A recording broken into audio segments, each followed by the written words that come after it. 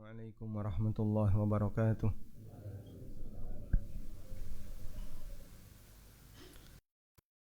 Rabbil alamin. Wassalatu wassalamu ala ashrafil mursalin Nabiyyina wa maulana Muhammadin wa ala alihi wa sahbihi ajma'in. Wa ashhadu an la ilaha illallah wahdahu la syarika lah. Wa ashhadu anna Muhammadan abduhu wa rasuluh sallallahu alaihi wa ala alihi wa sahbihi wa man tabi'al huda ila yaumiddin. Alhamdulillah, puji syukur kita haturkan kehadirat Allah Subhanahu wa taala. Pagi ini kembali kita melanjutkan kajian dengan membaca kitab Riyadhus Shalihin. Insyaallah baca hadis nomor 163.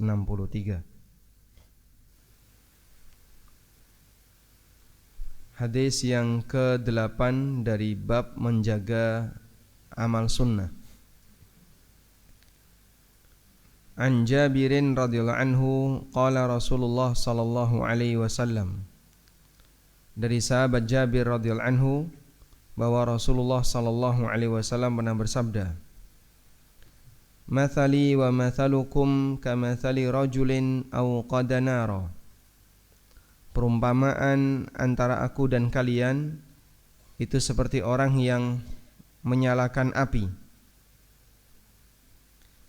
Faja'ala al-janadibu wal farashu yaqa'na fiha. Lalu al-janadib, belalang-belalang, kemudian al-farash, serangga-serangga, yaqa'na fiha, berusaha untuk masuk ke dalam api tadi. Wa huwa yadhubbuhunna anha, dan sementara orang itu berusaha untuk menghalanginya. Wa ana akhidun bi hujazikum anin nar, dan aku mengambil hujazikum. Hujaz itu, hajis itu artinya stot. Stot itu apa ya? Sabuk, ikat pinggang. Aku pegangi area ikat pinggang kalian anin nar, agar tidak nyemplung neraka. Wa antum tafallatuna min yadayya, tapi kalian lepas dari tanganku. Hadis riwayat Muslim. Al-janadib bentuk jamak nahwul jarad wal farash, sama seperti al-jarad, belalang, wal farash atau serangga-serangga. Hadza huwal ma'ruful ladzi yaqa'u finnar, binatang yang biasanya senang dengan cahaya. Dan kata An-Nawawi, inilah binatang yang biasanya masuk ke dalam api. Di masa silam enggak ada lampu seperti kita. Kata Nawawi, binatang-binatang ini kalau sudah dinyalakan sentir ya, lampu teplok, maka banyak serangga yang nempel kemudian mati. Al-hujaz jam'u hujzatin. Jam'u hujzatin, bentuk jamak dari kata hujzah, wahia maq'adul izar was sarawil, tempat untuk mengikat sarung atau celana. Ya, bahasa kita sabuk. Tayyib. Dan ini salah satu di antara bukti kalau judul di kajian pagi ini kasih sayang Nabi SAW kepada umatnya, sehingga apa tujuannya adalah untuk menghalangi umatnya jangan sampai mereka masuk neraka. Jadi begini, ada sebagian orang yang dia mungkin gagal paham dalam memahami status rahmat bagi seluruh alam. Ayatnya bagaimana? Wa ma arsalnaka illa rahmatan lil alamin. Tidaklah aku mengutusmu ya Muhammad kecuali sebagai rahmat bagi seluruh alam. Kalau kita ditanya wa ma arsalnaka illa rahmatan lil alamin, tidaklah aku mengutusmu kecuali seluruh alam. Yang berstatus rahmat di sini apanya, Pak? Fisik beliau atau ajaran beliau? Ajaran? Kenapa ajaran?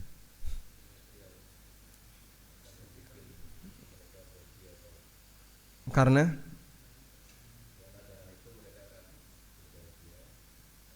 dengan ajaran itu mereka akan berbahagia. Karena fisik Nabi SAW dibatasi waktu dan tempat.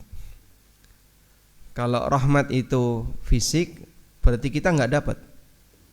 Sementara definisi alam tidak hanya terbatas untuk yang hidup di zaman Nabi SAW, tapi menyeluruh, tidak dibatasi waktu dan tempat. Sehingga yang berstatus sebagai rahmat bagi seluruh alam adalah ajaran Nabi SAW. Allah menyebut sebagai rahmat di sini adalah dikaitkan dengan irsal, pengutusan. Wa ma arsalnaka, tidaklah aku mengutusmu. Bukan tidaklah aku menciptakanmu. Kalau fisik Nabi SAW berarti ciptaan beliau, dan fisik beliau sudah ada sebelum beliau jadi Nabi, tapi belum berstatus sebagai Rasul, belum diutus oleh Allah, sehingga belum berstatus sebagai rahmat. Begitu beliau diutus oleh Allah, dapat wahyu, maka di saat itulah beliau menjadi rahmat bagi seluruh alam. Karena itu ketika Nabi SAW menjadi rahmat bagi seluruh alam, jadi rahmat bagi alam, dan di sini yang menjadi rahmat bagi alam adalah ajaran Nabi SAW.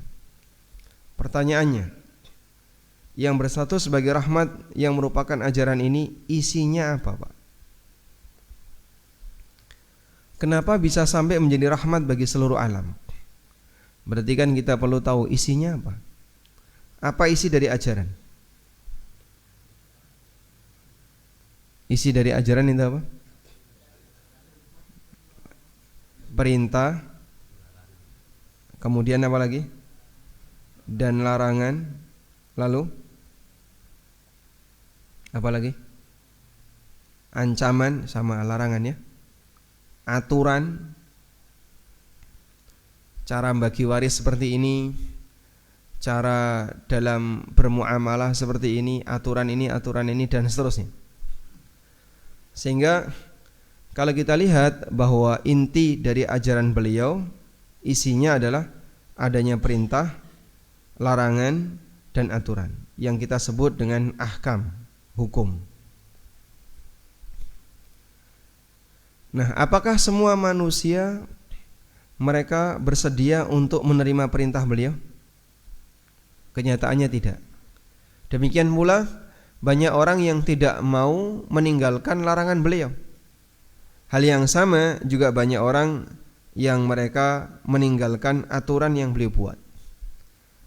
Sehingga ketika realita di lapangan, banyak orang yang dia tidak mau mengikuti ajaran beliau, bukti bahwasanya mereka menolak nikmat.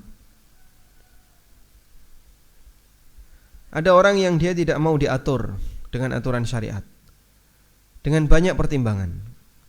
Dan salah satunya adalah mereka merasa bahwa aturan syariat itu terlalu mengekang kehidupan dunianya.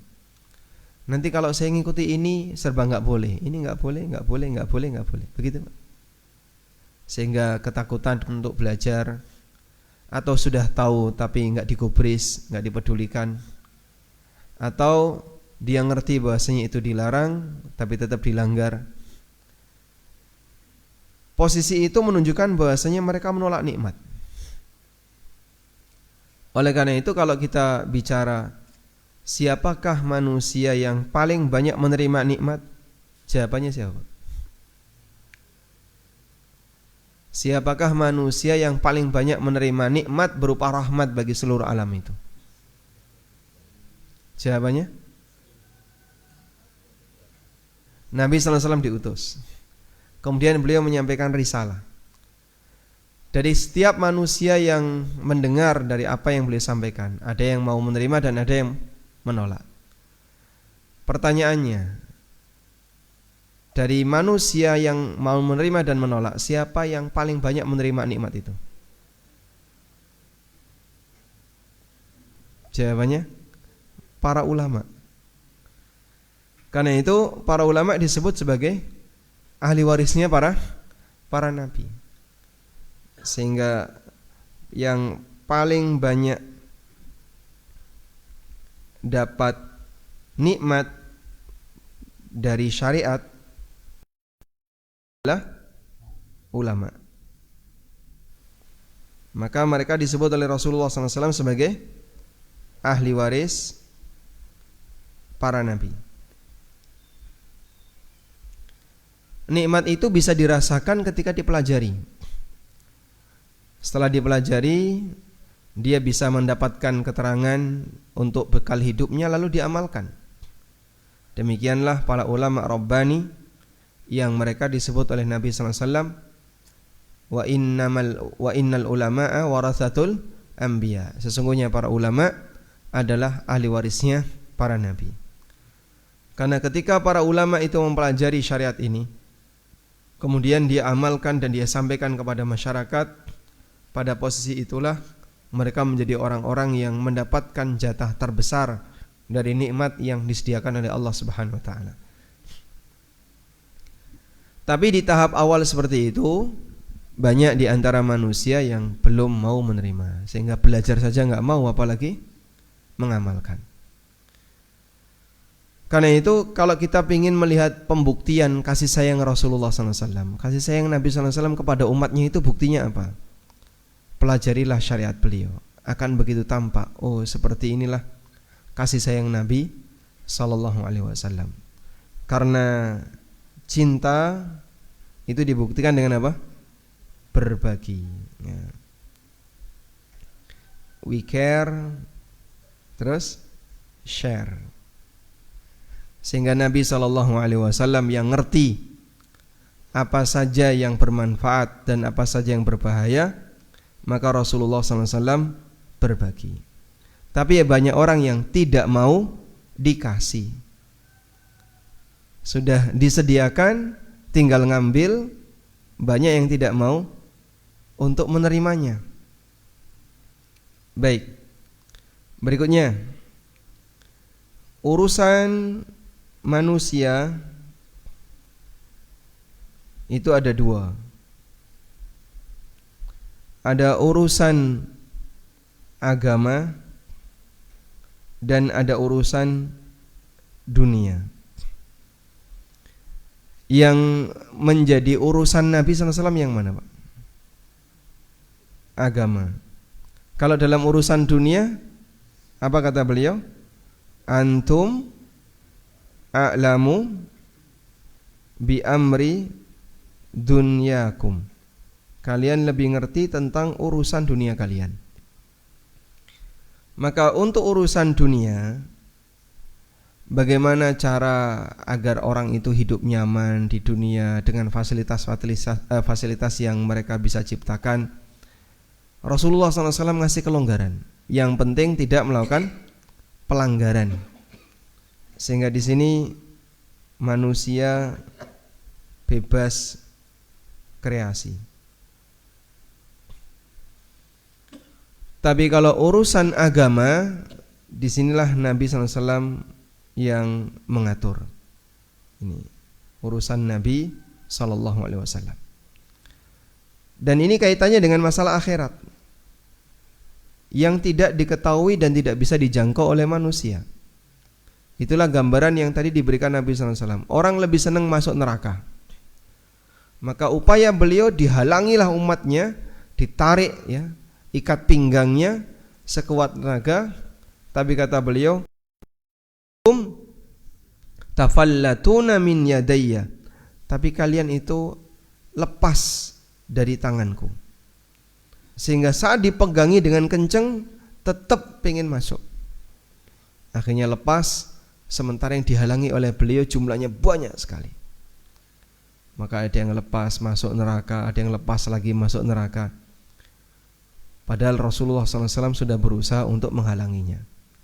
Siapa orang yang lepas itu? Yang tidak mau diatur.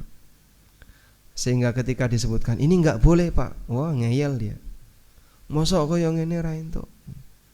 Titik-titik kok haram, dikit-dikit haram, enggak haram, apalagi Dan aneka alasan orang ketika dia diberitahu kalau perbuatan seperti itu dilarang. Akhirnya lepas, satu demi satu lepas, dan dia bertahan dalam perbuatan maksiat. Baik, kita bersyukur kepada Allah ketika Allah Subhanahu wa ta'ala menjadikan kita sebagai hamba yang mau terbuka untuk menerima kebenaran, walaupun sekiranya kebenaran itu rasanya berat untuk dilakukan. Ada satu doa yang barangkali layak untuk Allahumma arinal haqqa haqqa warzuqna attiba'a wa arinal batila batila warzuqna ijtinaba. Insyaallah Bapak Ibu sudah sering mendengar dan sebagian sudah hafal. Maka rutinkan doa semacam ini agar kita tidak punya kacamata yang terbalik. Kebenaran nampak sebagai kebatilan, kebatilan nampak sebagai kebenaran. Walhamdulillah. Selanjutnya kita beralih ke hadis bawahnya, hadis nomor 9. Hadis nomor 9 di urutan bab atau nomor 164. Dan di sini Nabi sallallahu alaihi wasallam menyebutkan, atau Imam Nawawi menyebutkan 3 hadis. Anhu, darinya, yaitu dari sahabat Jabir bin Abdullah, bahwa Rasulullah sallallahu alaihi wasallam amara bi la'kil asabi was-sahha. Nabi sallallahu alaihi wasallam memerintahkan untuk menjilati jari dan menjilati piring ketika makan. Wa qala, dan beliau bersabda, innakum la tadruna fi ayyihal barakah. Kalian tidak tahu di bagian mana di bagian mana makanan yang berisi keberkahan. Hadis riwayat Muslim. Kita baca lanjutannya. Wa fi riwayatin lahu, dan dalam riwayat Muslim, idza waqa'at luqmatu ahadikum falyakhudha. Kalau ada makanan kalian yang jatuh, ambil. Falyumit ma kana biha min adza. Lalu bersihkan kotoran di makanan itu. Jangan asal langsung masuk ke tempat sampah. Bahkan ada yang ketika makanan jatuh diinjak. Ini kurang menghargai makanan. Ambil makanan itu, bersihkan kotorannya, wal yakulha, dan silahkan dimakan. Wala yada'ha lisyaitan, jangan ditinggalkan untuk setan. Kemudian wala yamsah yadahu bil mindil, dan jangan bersihkan tangannya dengan kain, dengan tisu, hatta yal'aqa asabi'ahu, sampai dia jilati jarinya. Fa innahu la yadri fi ayyi ta'amihil barakah, karena dia tidak tahu di bagian mana ada keberkahan makanannya.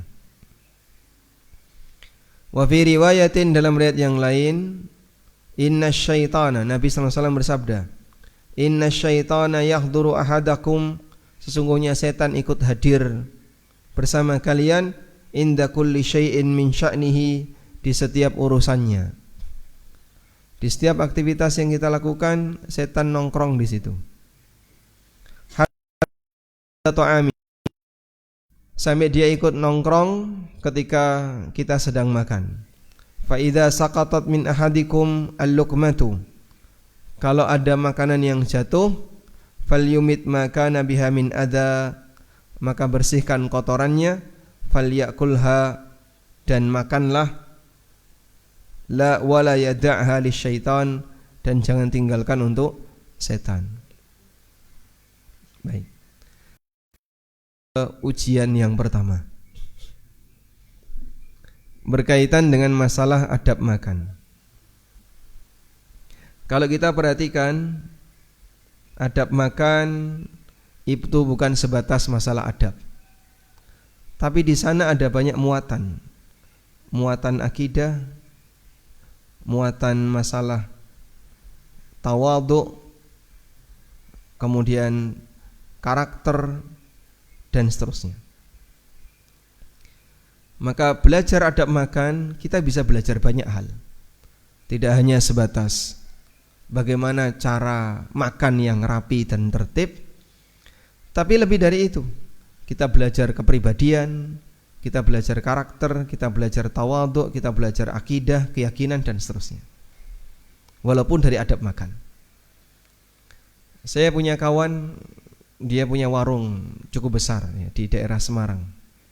Cerita beliau, untuk open rekrutmen karyawan, kan ada banyak tahap ya, dari mulai administrasi, kemudian ke HRD, sampai yang terakhir tuh owner. Nah, saat berhadapan dengan owner, itu cuma disuruh makan. Udah kamu makan, sama ownernya ditinggal beraktivitas. Dilihat bagaimana cara dia makan. Kalau bersih, tidak meninggalkan sisa, kemudian rapi, itu kata beliau salah satu indikator orang. Sehingga yang tidak merasa, yang punya karakter baik, sopan, kemudian tawadhu, itu diantaranya dilihat dari bagaimana cara orang itu makan. Bagaimana cara dia duduk ketika makan, bagaimana gaya dia ketika makan, dan seterusnya. Cuma disuruh makan itu aja. Dan dia tidak dipantengi ya, kalau dipantengi mungkin grogi. Bagaimana cara dia mengunyah. Hanya dengan melihat adab makan, beliau sudah bisa menilai kira-kira orang ini layak diterima atau tidak. Maka kita sebenarnya bisa belajar banyak dari bagaimana cara orang untuk makan.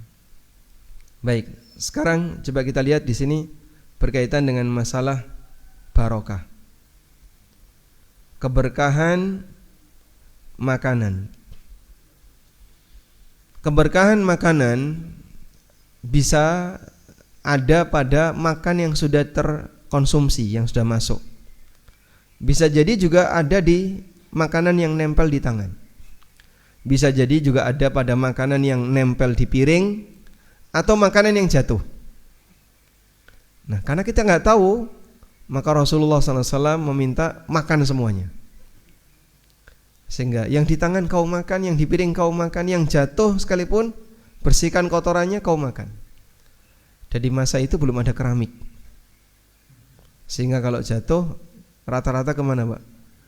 Ke tanah. Belum ada plastik, belum ada tempat yang bersih seperti kita, sehingga kalau jatuh ke tanah.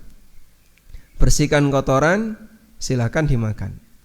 Termasuk juga yang nempel di piring, bersihkan. Baik. Mungkin orang akan berkomentar, menjilati jari. Menjilati jari selesai makan. Kira-kira rasanya gimana Pak? Komentar orang rasanya apa ini Pak? Jijiki ya. Ada gak orang yang komentar seperti itu? Kok jijiki banget? Bahkan salah yang digunakan oleh orang yang benci terhadap Islam, di antara celahnya ini, agamamu itu mengajarkan hal yang kotor. Apa yang ngajar? Menjijikkan. Apa itu? Selesai makan dijilati jarinya. Kok miskin banget? Sampai harus jilati makanan-makanan di tangan, jilati makanan di piring dan seterusnya. Tuduhannya apa? Menjijikkan. Nah, ini pernah dikomentari oleh Al-Khattabi rahimahullah. Al-Khattabi itu hidup di zaman 4 di abad 4 Hijriah. Artinya komentar seperti ini sebenarnya sudah ada ya. Di abad 4 Hijriah Al-Khattabi sudah pernah memberikan komentar tentang itu, dan beliau mengatakan betapa bodohnya orang yang berkomentar itu menjijikkan. Bukankah makanan yang nempel di tangannya itu juga yang tadi sudah masuk ke dalam perutnya? Karena yang diambil kan sama. Dia ngambil, nempel di tangan, kemudian dia masukkan ke dalam mulutnya. Dia ngambil lagi, dia masukkan ke dalam mulutnya. Berkali-kali seperti itu. Lalu nempel di tangannya. Nah, antara yang ini sama yang diambil sama atau beda? Kenapa yang ini dikomentari menjijikkan, sementara yang masuk berkali-kali dia nggak jijik? Padahal dari tadi dia menggunakan tangan ini. Maka seperti itulah contoh orang yang Sebenarnya berangkat dari kebencian sehingga dia memberikan komentar. Baik, kalau kita bicara jijik, ada banyak hal yang datang dari non muslim yang jauh lebih menjijikkan. Contohnya apa, Pak? Hah? Contohnya yang lebih menjijikkan apa? Yang dilakukan oleh orang non muslim. Makan makanan haram. Coba makan babi, makan anjing, semua doyan ya, kelelawar dimakan, tikus juga dimakan, sampai cicak aja dimakan. Ya mohon maaf, misalnya orang di daerah tertentu kan dia komentar, semua kaki gue makan kecuali kaki meja. Semua daun tak makan kecuali daun pintu. Pernah dengar kalimat itu?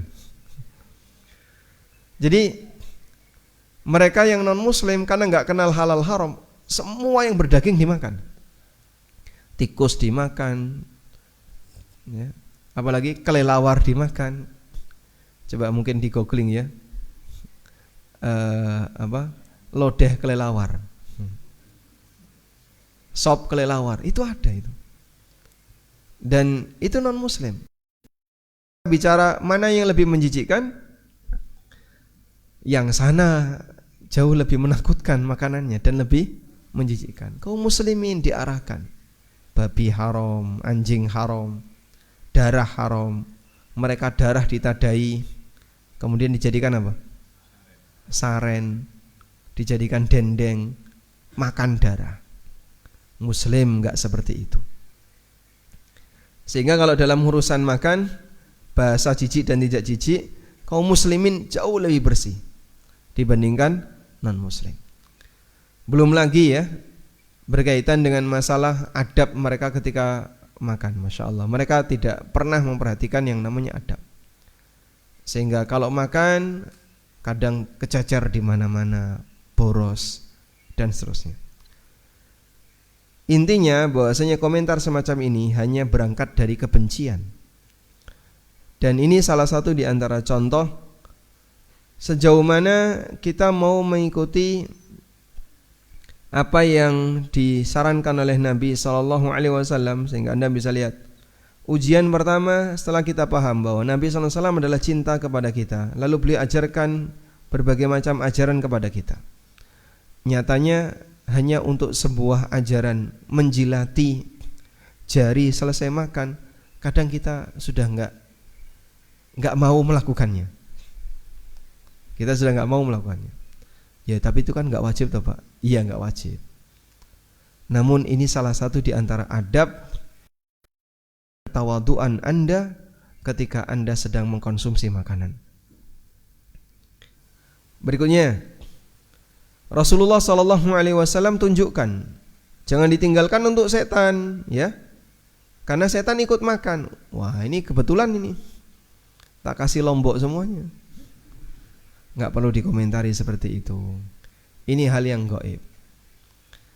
Artinya kalau ada orang ngomong, misalnya saya ngomong, kok bapak di belakang nyeletuk ngomentari ucapan saya, lalu bikin gergeran jamaah yang lain, kira-kira yang ngomong pertama tadi sakit hati nggak Pak? Ya, Anda ceramah misalnya ya, Anda ceramah menyebutkan sesuatu, terus yang di belakang dikomentari, ya, dikomentari Pak G atau siapa, dikomentari Pak Dwi, satu masjid. Satu masjid itu menertawakan siapa? Hah? Menertawakan yang komentar atau menertawakan yang dikomentari? Hah? Yang komentar. Menertawakan yang komentar. Bisa menertawakan yang komentar atau menertawakan yang dikomentari. Mungkin gak ada orang yang ketika khutbah ceramah dia menyampaikan sesuatu terus dikomentari, beliau sakit hati. Apa yang terjadi di situ? Yang komentar tidak sopan. Maka bahaya mengomentari hadis walaupun yang menyampaikan, tapi kan yang menyampaikan bukan Nabi, iya, tapi isinya kan sabda Nabi sallallahu alaihi wasallam. Bahaya mengomentari hadis. Sebab mengomentari hadis itu sikap tidak sopan di hadapan sabda Rasulullah sallallahu alaihi wasallam. Ya kan banyak orang seperti itu ya. Jadi disampaikan hadis tertentu, wah, terus langsung komentar. Karena dia merasa hadis ini kok aneh misalnya. Kayak tadi ya, menjilati makanan. Oh, kaya ngono kok dijilati. Jijiki, menjijikkan dan seterusnya. Termasuk juga misalnya wala yada'ha lisyaitan. Jangan tinggalkan untuk setan. Itu setan kok ngapain Pak melu mangan karo. Atau coba kalau kamu makan gorengan, pas makan lombok jangan baca bismillah. Katanya kalau tidak baca bismillah setan ikut makan. Nah begitu makan gorengannya baca bismillah. Pernah dengar komentar kayak gitu? Rasulullah SAW menjelaskan, orang kalau sholat kemudian membangun shaf, kalau shafnya nggak rapat, maka setan ikut ngisi di rentang-rentang shaf, di renggang-renggang shaf tadi. Terus dikomentari, syukur kalau setan ikut sholat jamaah. Masya Allah, ini orang nggak sopan banget di hadapan sabda Rasulullah Sallallahu Alaihi Wasallam. Karena yang seperti ini tidak mungkin bisa diketahui kecuali melalui jalur nubuwah, kecuali melalui jalur kenabian. Maka Nabi SAW memberitahu ada kejadian ini, manusia nggak mungkin bisa tahu. Ya, sehingga terkadang ada orang yang keburu memberikan komentar terhadap sabda Nabi SAW, padahal itu sebenarnya bukti dia tidak sopan dengan sabda Rasulullah SAW. Ada seorang ulama namanya Tawus. Kalau enggak tahu sih Atha, ya ulama tabi'in, Atha namanya, Atha bin Abi Rabah. Atha bin Abi Rabah rahimahullah itu muridnya Ibnu Abbas. Ketika beliau di usia sudah lanjut, ada orang yang datang kepada beliau dan menawarkan, wahai imam, saya mau membacakan sebuah hadis kepada anda. Imam Atha bilang, silahkan. Akhirnya dia bacakan hadis, didengerin dengan seksama oleh Imam Atha. Seolah-olah beliau tidak pernah mendengarnya. Oh, kayak gini ya. Setelah orang itu pergi, beliau menyampaikan, aku sudah mendengarkan hadis itu sebelum dia lahir. Aku sudah mendengarkan hadis itu sebelum orang ini lahir. Karena penghormatan beliau terhadap sabda Nabi Sallallahu Alaihi Wasallam, sehingga walaupun beliau sudah pernah mendengarkan hadis itu jauh sebelum ini, tapi Imam Atha ketika mendengarkan itu, beliau dengarkan dengan seksama, sebab ini adalah sabda Nabi Sallallahu Alaihi Wasallam. Penghormatan terhadap hadis Nabi SAW adalah dengan didengarkan secara seksama. Maka kalau ada pembacaan hadis Riyadhus Shalihin di masjid selesai sholat, kemudian Anda ada di situ, sebaiknya dengerin dulu sampai selesai, baru selanjutnya silahkan beraktivitas yang lain. Mau keluar masjid, mau sholat sunnah, tapi kita berikan waktu untuk menghormati sabda Nabi Sallallahu Alaihi Wasallam. Nah, artinya kita mau mengajak, kalau ada hadis seperti ini nggak perlu dikomentari. Kalau kamu makan jatuhkan lombok. Nah terus kenapa? Biar dimakan setan. Kok gak kepedesan? Nah. Loh kayak gini kan membuat lelucon untuk hadis ya. Nggak perlu seperti itu. Hormati sabda Nabi Sallallahu Alaihi Wasallam. Wallahu a'lam. Selanjutnya, Al-Hadithul Ashir, hadis yang ke-10 atau hadis nomor 165. Dari Ibnu Abbas radhiyallahu anhuma, beliau bercerita, qama fina Rasulullah sallallahu alaihi wasallam bi mau'izatin faqala ya ayuhan nas Nabi SAW pernah menyampaikan sebuah tausiah di hadapan kami. Lalu beliau bersabda, "Ya ayyuhan nas, wahai sekalian manusia, innakum mahsyuruna ilallahi ta'ala. Sungguhnya kalian akan dibangkitkan menuju Allah, khufatan uratan ghurla, dalam keadaan tidak pakai sandal, telanjang dan tidak dihitan. Khufatan uratan ghurla, tidak pakai sandal dalam dan tidak dihitan. Kama bada'na awwala khalqin nu'iduh, sebagaimana dulu kami ciptakan kalian, kami akan kembalikan kalian seperti itu." Allah akan mengembalikan kita sebagaimana awal mula kita dilahirkan. Sehingga yang sekarang pakai kacamata, besok ketika dibangkitkan dari alam kubur, kacamatanya enggak ada. Enggak lihat. Besok Allah kembalikan sebagaimana saat kita lahir, tidak disunat, kemudian telanjang, enggak pakai alas kaki, tidak pakai tutup kepala, dan semuanya menuju Allah Subhanahu wa taala. Aisyah ketika mendengarkan hadis ini, beliau tanya apa? "Ya Rasulullah, yanduru ba'duhum ba'dha." Apa enggak lirik-lirikan? Manusia semua lanang wedok campur jadi siji. Kata Nabi sallallahu alaihi wasallam, "Al-amru asyaddu min dzalik." Suasananya lebih mengerikan, lebih genting, sampai orang mikir aurat itu enggak sempat. Kapan orang enggak sempat mikir aurat, Pak? Kira-kira kapan, Pak? Kebakaran. Ketika kita sedang mengalami bencana kacau balau itu, enggak kepikiran aurat. Sehingga misalnya dia lari tapi enggak pakai baju, dia lari mungkin auratnya nampak, dia enggak kepikiran. Kenapa? Menyelamatkan jiwa lebih penting daripada mikir aurat. Kemudian Nabi SAW mengatakan, "Ala wa inna awwalal khalaiqi yuksa yaumal qiyamah Ibrahim."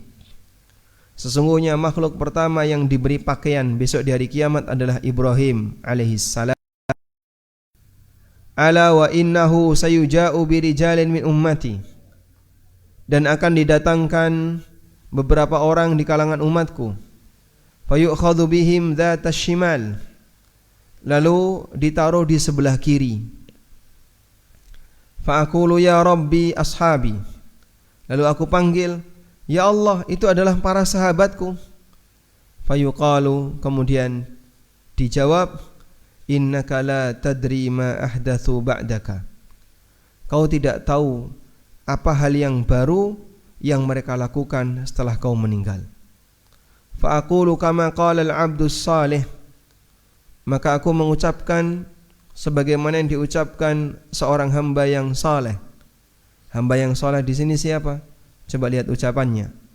"Wa kuntu 'alaihim syahidan ma dumtu fihim." Dan aku menjadi saksi bagi mereka sepanjang aku berada di tengah mereka. Ucapan siapa ini? Ini ucapan siapa? Wa kuntu 'alaihim syahidan ma dumtu fihim. Ucapan Nabi Isa alaihissalam. Sehingga kama qala al-'abdus salih, sebagaimana diucapkan oleh hamba yang saleh, maksudnya adalah Nabi Isa. Allah Subhanahu wa taala tunjukkan, wahai Muhammad, orang ini melakukan pelanggaran. Dia punya ciri-ciri sebagai umat Nabi Muhammad SAW, tapi dia melakukan pelanggaran, lalu ditaruh di sisi kiri. Ditaruh di sisi kiri, sehingga Nabi SAW berusaha untuk membela, ya Allah itu adalah umatku. Maka diberitahu, kau tidak tahu apa yang mereka lakukan setelah kau meninggal. Lalu Nabi SAW mengatakan, wa kuntu alaihim syahidan ma dumtu fihim, falamma tawaffaitani kunta antar raqib alaihim. Setelah engkau mewafatkan aku ya Allah, engkau yang jadi pengawasnya mereka. Kunta antar raqiba alaihim, engkau yang menjadi pengawasnya bagi mereka. Kemudian disampaikan kepadaku, innahum lam yazalu murtaddina ala aqabihim mundu faraktahum. Sesungguhnya mereka jadi murtad setelah kau tinggalkan mereka. Ala aqabihim, mereka balik ke belakang, maksudnya murtad, pindah agama. Mundu faraktahum, sejak engkau meninggalkan mereka. Muttafaqun alaih, hadis riwayat Bukhari Muslim. Ghurlan artinya ghaira makhtunin, yang tidak dikhitan. Baik. Ada orang yang salah paham dengan hadis ini, dan sampai salah pahamnya fatal sekali ya. Fatalnya itu sudah sampai beda agama dengan kita, yaitu orang Syiah. Karena mereka menganggap bahwasanya hadis ini dalil semua sahabat setelah ditinggal mati Nabi sallallahu alaihi wasallam itu murtad. Innahum lam yazalu murtaddina ala aqabihim. Mereka selalu bertahan murtad mundu faraktahum, sejak kau tinggalkan mereka.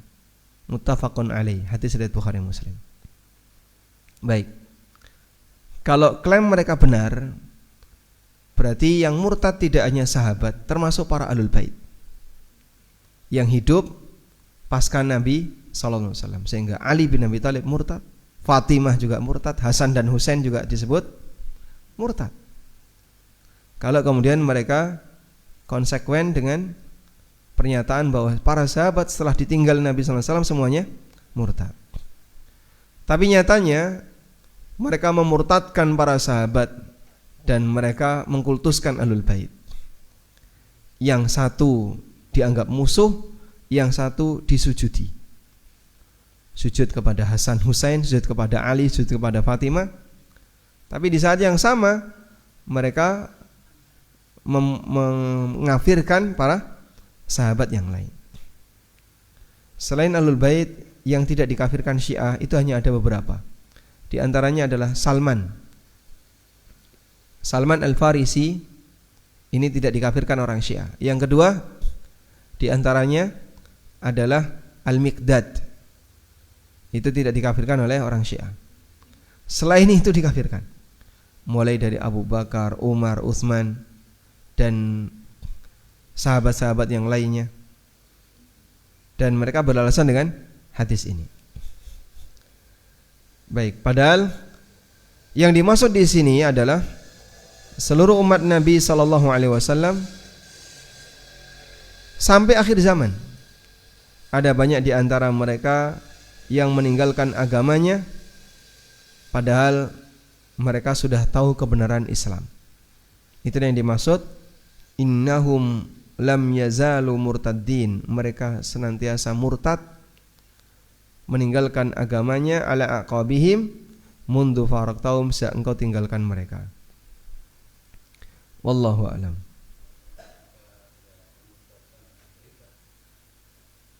Ya, karena orang Syiah, wallahu a'lam, orang Syiah membela ahlul bait untuk menyerang selain ahlul bait. Pertimbangannya kenapa kok ahlul bait yang dibela? Wallahu a'lam. Ahlul bait bagi mereka kan punya posisi khusus. Kita menghormati ahlul bait tapi tidak mengkultuskan ahlul bait. Jadi kelompok sesat karena latar belakang politik kan dua ya. Pertama, Khawarij. Ada kelompok sesat karena latar belakang pemikiran. Ada sekte sesat karena latar belakang politik. Nah, yang karena latar belakang politik yang menonjol dua, Khawarij dan Syiah. Khawarij ini enggak senang dengan Ali. Syiah kebalikannya, mengkultuskan Ali. Jadi seperti antitesis. Maka dia muncul sebagai respon karena ada kelompok yang benci Ali, maka dia membuat respon mengkultuskan Ali. Dan setiap yang ekstrim menyimpang. Kebenaran ada di mana? Yang di tengah. Yang ideal itulah yang benar. Wallahu a'lam. Pun cekap? Alhamdulillah. Baik. Selanjutnya kita kembalikan ke jamaah. Wassallallahu ala nabiyyina Muhammadin wa ala alihi wa sahbihi wasallam. Silakan. Pakai mikrofon enggak?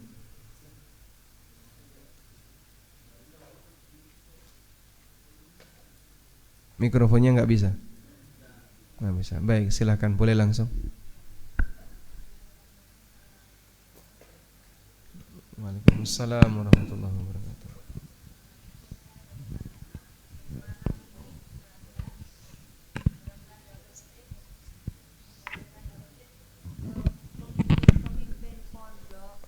Bung, bisa dipakai mikrofonnya biar enggak begitu jelas. Dalam tanda petik tadi ya. Tanda petik apa? Tanda kurung. Bismillahirrahmanirrahim. Assalamualaikum warahmatullahi wabarakatuh. Waalaikumsalam warahmatullahi wabarakatuh. Sekarang ini banyak dalam tanda petik ulama yang dikatakan ulama atau pemimpin pondok ya Ustadz, itu yang kena apa ya, kena perkara karena dia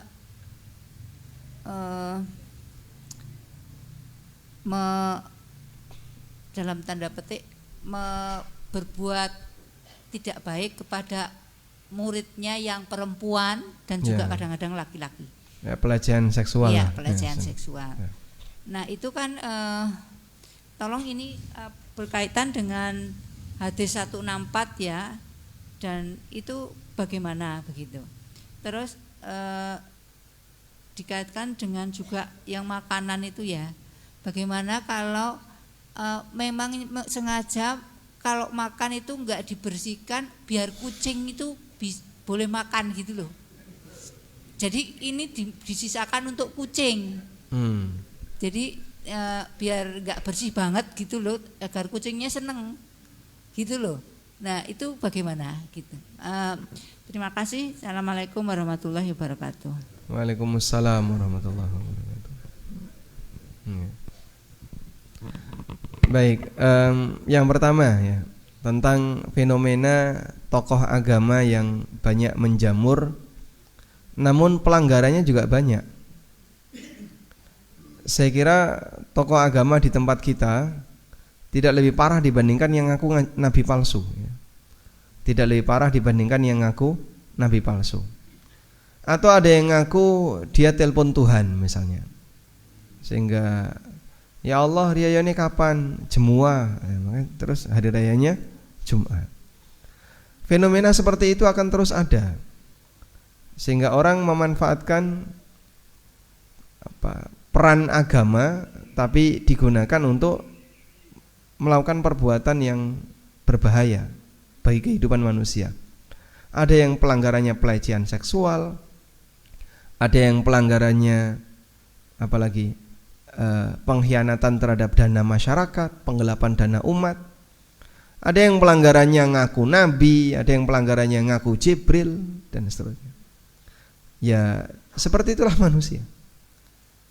Dan itu bagian dari ujian hidup, sehingga kita sebagai masyarakat tinggal pinter-pinter. Kamu mau pilih yang mana? Di sini ada orang yang seperti ini, di sana ada orang yang seperti itu. Tapi nyatanya tetap laris. Sehingga saat ada korban 1, korban 2, korban 3 misalnya, walaupun mungkin belum sampai bocor, itu kan yang bersangkutan tetap bertahan. Bahkan kadang tetap diizinkan untuk atau diberi mimbar. Sampai ketika korbannya banyak, ya barulah kemudian di-cut. Nah pertanyaannya, itu yang jadi korban kok mau? Bahkan ada yang jadi korban tapi tetap setia. Nah, terus sampai jadi film kan ya, Masya Allah. Sehingga ada pernikahan namanya nikah apa? Nikah batin, di mana tidak perlu ada wali, karena sang guru lebih berhak, sehingga dia bisa menikahkan muridnya sendiri dengan dirinya sendiri. Maka pengantin laki-laki sekaligus jadi wali. Nah, itu kan benturan kepentingan jadi. Mana mungkin bisa ada pengantin sekaligus jadi wali. Tapi kayak gitu kok ada yang mau. Dan seperti itu laris, pengikutnya banyak. Makanya adanya orang-orang menyimpang seharusnya kan bagi kita menjadi pelajaran. Disinilah bukti bahwa tidak semua yang bicara agama layak untuk diambil ilmunya. Ternyata ada orang yang bicara agama tapi justru dia malah ngajarin yang gak benar. Itu mungkin sebagai komentar untuk kasus-kasus itu ya. Tapi dikaitkan dengan hadis 164 tentang adab makan tadi, saya tidak tahu nih apa hubungannya. Ya kalau dihubung-hubungkan bisa saja, tapi nanti jadinya aneh ya. 163. Kalau hadis 163 ya berarti dia termasuk yang nyemplung neraka tadi ya. Karena sudah berusaha ditahan oleh Nabi SAW tapi tetap nekat masuk. Wa antum tafallatuna min yadayya, dan kalian lepas dari tanganku.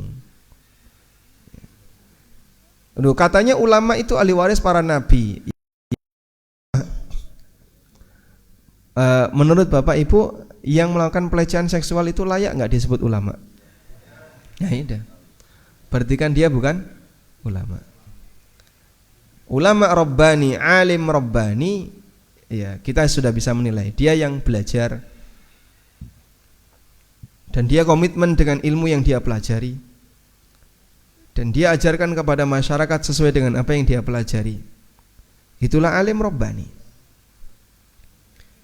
Tapi kalau yang modelnya kayak tadi memanfaatkan agama untuk keuntungan pribadi dan seterusnya, ya kita sepakat orang seperti ini bukan ulama.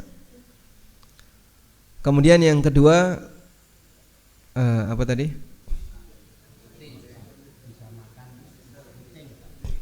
Menyisakan untuk kucing. Nek sayur lodeh kucing doyan mboten? Oh lauknya yang ditinggal. Lauknya ayam.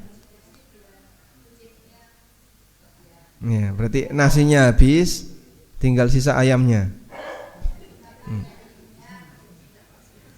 Kalau nasi kucing doyan nggak Pak? Hah? Campur ikan, campur ikan dikepel-kepel doyan. Tapi kalau cuman nasi saja kucing nggak doyan. Kita nggak tahu ya, Allah Subhanahu Wa Taala jadikan binatang itu selera makannya tertentu dan nggak bisa ditukar. Kucing dari kecil itu dikasih rumput saja gitu Pak. Jadi habis dikasih susu kan kecil susu ya, susu terus dikasih rumput. Kira-kira bisa berubah nggak Pak? Uninnya bukan meyong tapi jadi mbek. Bisa berubah nggak?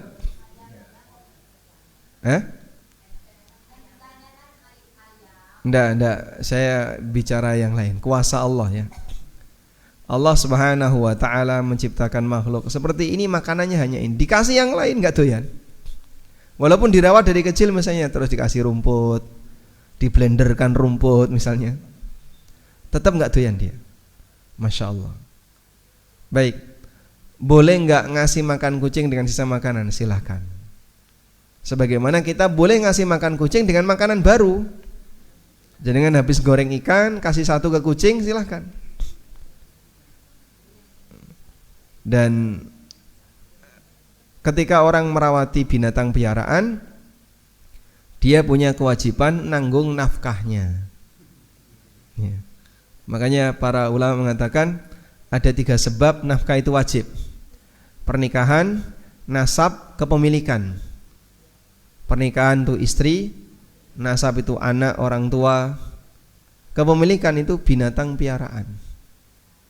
Maka Anda ngasih makan kucing itu sama dengan memberi nafkah kepada kucing. Mau dikasih ayam baru, ayam sisa, ikan baru goreng, bebas. Cukup? Baik, demikian yang bisa kita bahas. Semoga bermanfaat. Wassallallahu ala nabiyyina Muhammadin wa ala alihi wa sahbihi wasallam. Wa akhiru da'wana alhamdulillahi rabbil alamin. Wassalamualaikum warahmatullahi wabarakatuh.